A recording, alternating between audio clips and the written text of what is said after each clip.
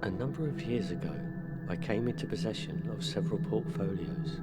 whilst clearing through the estate of a dear friend. Many of them contained drawings of an abstract nature,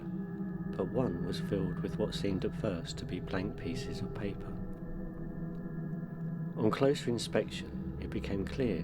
that they were in fact drawings that had been painted over, as if to erase or hide the original image. A growing sense of curiosity took hold of me, and I began trying to illuminate the drawings in order to see if I could reveal the original marks beneath the surface of the paint. At first I held them up to the window, but later I began to place them on top of a light box and watch as the glow revealed the colours and forms hidden beneath the surface.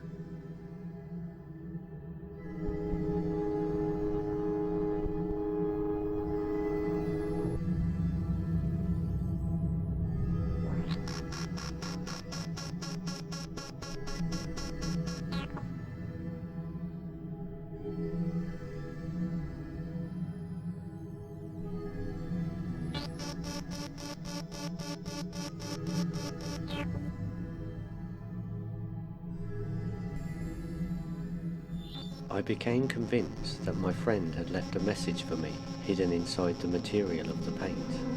and began to spend hours searching the illuminated surfaces to find it. We had always agreed that seeing was not about looking at things, but making something visible, so I pushed my eyes harder and harder to find what might be trapped underneath, convinced he had buried something for me to unearth.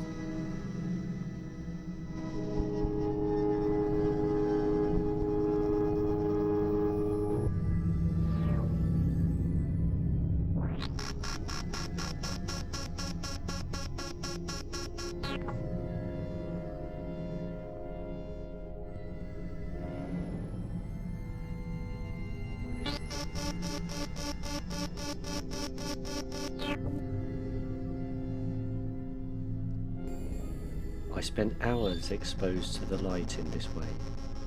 and I began to experience colour as sound, tracing harmonics and syncopated rhythms in the exposed line and forms. I began to find it difficult to see in ambient light, and took to keeping my eyes closed in order to maintain contact with the afterburn of imagery haunting the inside of my eyes. Ghosts of paths once taken and yet to be trod were clearly traced in the gestures that held the cones and cubes woven into the fabric of an acoustic score, encrusted in the shades of a colourful life, removed from the burden of physical observation. I only saw what I wanted to see, and I saw it endlessly.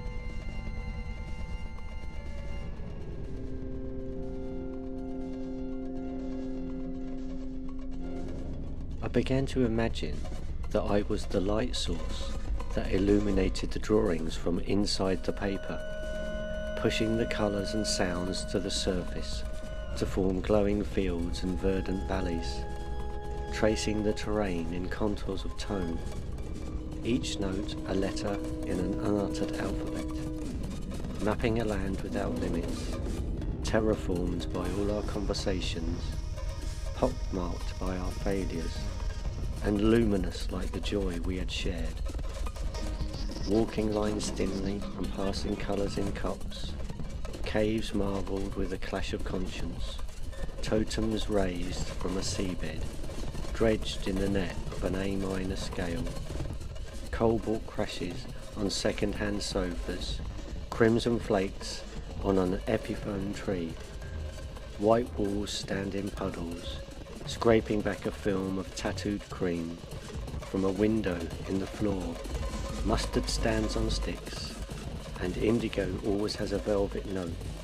offbeat and discreet, gates and meadows paved and plastered by a continual retreat to the sign that says, way home.